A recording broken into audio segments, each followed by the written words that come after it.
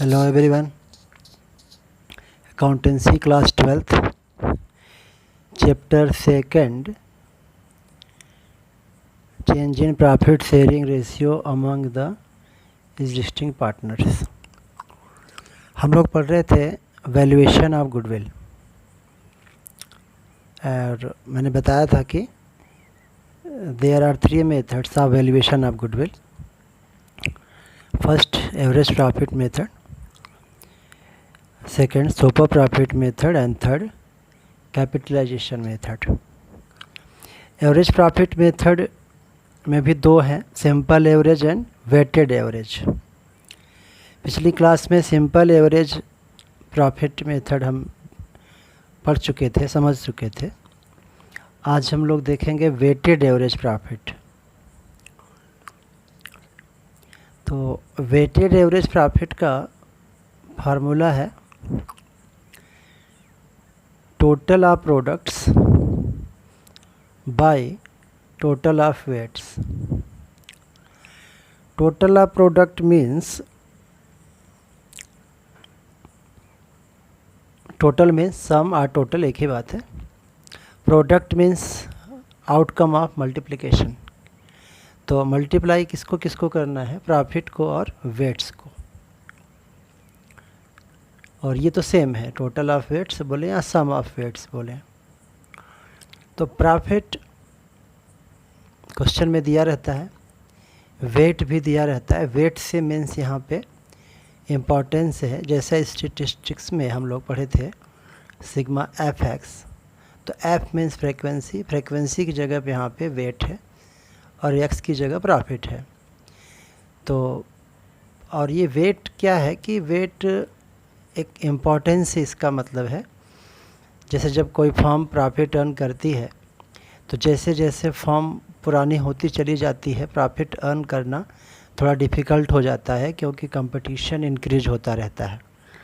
तो जो बाद के ईयर्स में प्रॉफिट कमाते हैं नेक्स्ट ईयर्स में, वो थोड़ा थोड़ा डिफ़िकल्ट हो जाता है, तो उसको इम्पोर्टेंस ज़्यादा देते हैं, तो उसको वेटेज ज़्यादा देते हैं.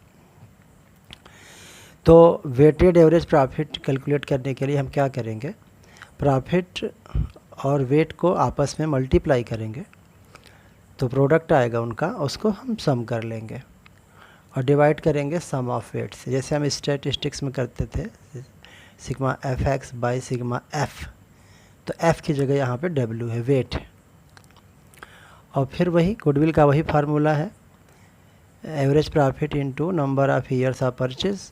ये फार्मूला हम पढ़े थे पीछे, सिंपल एवरेज में एवरेज प्रॉफिट लिखे थे. तो ये वेटेड एवरेज प्रॉफिट है, तो यहाँ पे हम वेटेड एवरेज प्रॉफिट में मल्टीप्लाई कर देंगे. एग्जांपल से समझते हैं इसको. ये क्वेश्चन है, एक फर्म है, उसका प्रॉफिट दिया हुआ है 31 मार्च 2011 को एंड होने वाले ईयर का प्रॉफिट है 43,000, 2012 50,000, 2013 52,000, 2014 65,000, 2015 85,000. ये क्वेश्चन में हमको प्रॉफिट्स पहले से दिए रहते हैं. हमें करना क्या है, लिखा है you are required to calculate the value of goodwill. Goodwill की वैल्यू हमें कैलकुलेट करनी है. किसके बेस पे करना है, on the basis of 2 year purchase of weighted average profit. Weighted average profit into 2 हम करेंगे, तो आपका गुडविल की वैल्यू हमारी आ जाएगी. तो प्रॉफिट तो दिया है, वेट भी चाहिए, तो वेट यहाँ दिया हुआ है 2011 का 1 है, 2012 का वेट 2 है, 2013 का वेट 3 है, 2014 का वेट 4 है, एंड 2015 का वेट 5 है. तो जैसा कि हमने फार्मूला पढ़ा था कि प्रोडक्ट चाहिए हमें, तो प्रोडक्ट, ये प्रॉफिट जो क्वेश्चन में दिया था हमने यहाँ पे कॉपी कर लिया. वेट भी क्वेश्चन में दिया था 1 2 3 4 5. ये वेट का सम हो गया. इजी है, ज़्यादा डिफ़िकल्ट नहीं, आराम समझ सकते हैं. फिर हम प्रोडक्ट है मल्टीप्लाई किसका किसका बोले थे, प्रॉफिट और वेट का मल्टीप्लाई कर देना है. तो 43,001 43,000, 50,000 into 2 1 lakh, 52,000 into 3 1,56,000, 65,000 into 4 2,60,000, 85,000 into 5 4,25,000। फिर सम कर देंगे, वेट का सम 15 हो गया, इसका सम किए तो 9,84,000 हो गया। तो वेटेड एवरेज प्रॉफिट हम कैलकुलेट कर लेते हैं। वेटेड एवरेज प्रॉफिट का फार्मूला जो हम ऊपर बताए थे, sum of products by sum of weights. तो सम ऑफ प्रोडक्ट ये आया 9,84,000 और वेट्स का टोटल आया 15, डिवाइड कर दिया, हमारा वेटेड एवरेज प्रॉफिट आ गया 65,600। अब गुडविल का फार्मूला ऊपर बताया गया था, वेटेड एवरेज प्रॉफिट ये आया है, क्वेश्चन में लिखा था नंबर ऑफ ईयर्स 2 मल्टीप्लाई कर दिए, ये गुडविल की वैल्यू आ गई हमारी 1,31,200। तो सिंपल है, आई होप कि आप लोग अच्छे से समझ गए होंगे, और नहीं समझ में आया तो एक बार और देखने से आ जाएगा। और इसी में जो नेक्स्ट मेथड है सुपर प्रॉफिट मेथड, बताया था मैंने गुडविल का वैल्यूएशन करने का एवरेज प्रॉफिट। तो एवरेज प्रॉफिट मेथड में हमने एक सिंपल एवरेज से क्वेश्चन किया और पीछे किया था पिछली क्लास में, आज वेटेड एवरेज से कर दिया हमने क्वेश्चन। अब हम नेक्स्ट जो मेथड है सुपर प्रॉफिट मेथड, उसको भी समझ लेते हैं। तो जैसा कि मैंने बताया था 3 मेथड्स हैं गुडविल का वैल्यू फाइंड करने के। एवरेज प्रॉफिट मेथड, तो एवरेज प्रॉफिट मेथड मैंने बता दिया, सिंपल पिछले क्लास में बताया था, आज वेटेड एवरेज बता दिया। अब हम लोग सुपर प्रॉफिट मेथड से करेंगे। तो गुडविल की वैल्यू हम देखते हैं सुपर प्रॉफिट मेथड से हम कैसे जानते हैं, कैसे फाइंड करते हैं। तो सुपर प्रॉफिट नाम से पता लग रहा है, सुपर प्रॉफिट मीन्स जो हमारी फर्म का प्रॉफिट है, मीन्स जिस फर्म की हम वैल्यू फाइंड कर रहे हैं गुडविल की, वो सुपर है दूसरों से। दूसरे मीन्स क्या, जो सेम प्रोडक्ट सेम बिजनेस करने वाले जो दूसरी फर्म्स हैं, उससे हमारा जो प्रॉफिट है वो ज़्यादा है, तो सुपर प्रॉफिट है। मीन्स अच्छा, उसको नॉर्मल बोलते हैं। जो अदर फर्म्स हैं जो प्रॉफिट अर्न कर रही हैं दूसरी फर्म्स, उनके कंपैरिजन में हमारा प्रॉफिट ज़्यादा है, तो हमारा सुपर प्रॉफिट है। और super profit into number of year purchase कर देंगे, जैसे कि पीछे average profit into number of years आप परचेज किया था, तो इसमें super profit into number of years आप परचेज करेंगे तो गुडविल की वैल्यू आ जाएगी।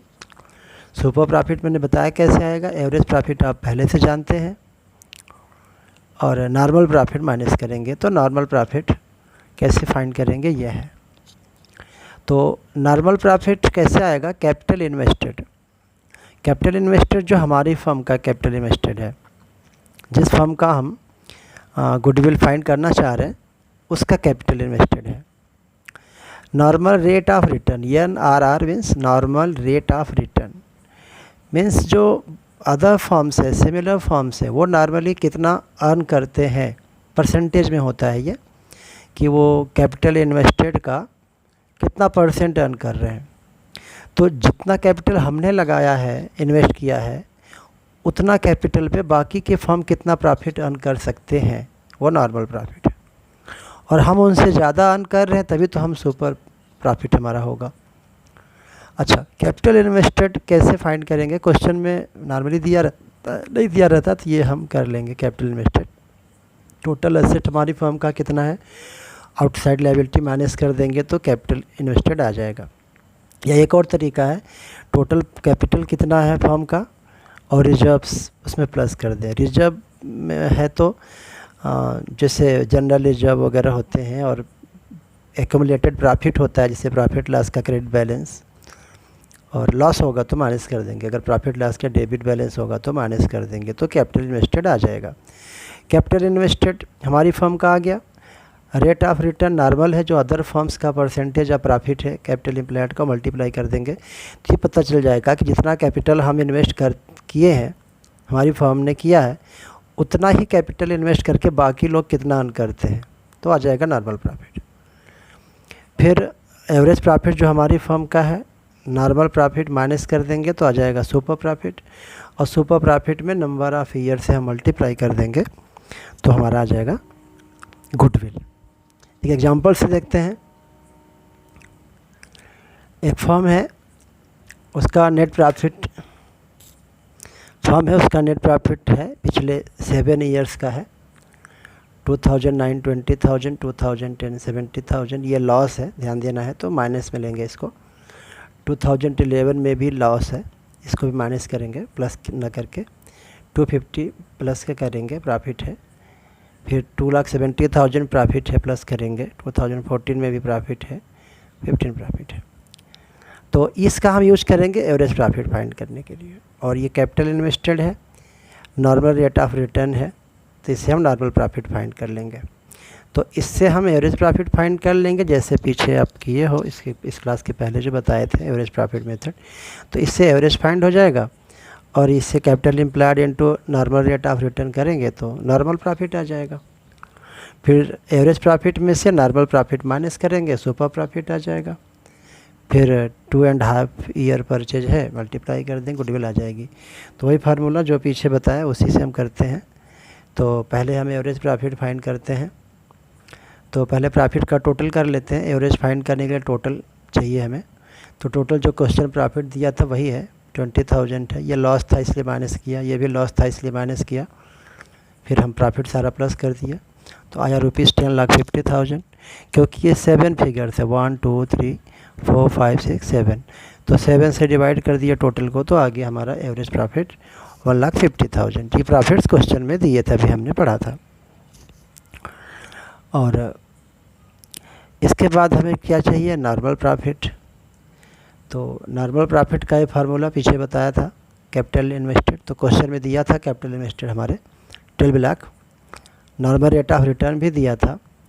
तो नॉर्मल प्रॉफिट 1,20,000 आया। मीन्स कि हमने 12 लाख हमारा कैपिटल लगा है बिजनेस में। जो दूसरी फर्म्स हैं वो 10% के रेट से 1,20,000 अर्न कर सकते हैं, जबकि हमारा जो प्रॉफिट है इसी कैपिटल पे 1,50,000 है। तो हम ज़्यादा अर्न कर रहे हैं, वही हमारा सुपर प्रॉफिट 30,000। हमारा प्रॉफिट है 1,50,000 उतने ही कैपिटल में, और उसी कैपिटल से दूसरी फर्म अर्न कर पाएंगे 1,20,000। तो हम ज़्यादा अर्न कर पा रहे हैं, 30,000 एक्स्ट्रा है हम अर्न कर रहे हैं दूसरे फर्म के कंपेरिजन में, तो हम उनसे सुपर हुए। तो फिर गुडविल बोला था क्वेश्चन में कि 2.5 ईयर परचेज फाइंड करना है, सुपर प्रॉफिट ये आया 30,000। ये फार्मूला पीछे भी बताया था, फार्मूला लिख लेना वीडियो रोक करके और याद कर लेना। तो super profit 30,000, number of year purchase question दिया था 2.5, और तो गुडविल की वैल्यू आ गई 75,000। तो ये हो गया so average profit method, super profit method. और थर्ड मेथड होता है कैपिटलाइजेशन मेथड, वो हम नेक्स्ट क्लास में उसको हम पढ़ेंगे, कैपिटलाइजेशन मेथड।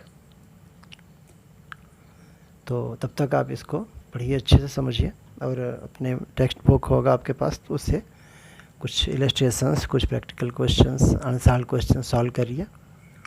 अगर कोई प्रॉब्लम आती है तो यू मे कॉन्टैक्ट मी।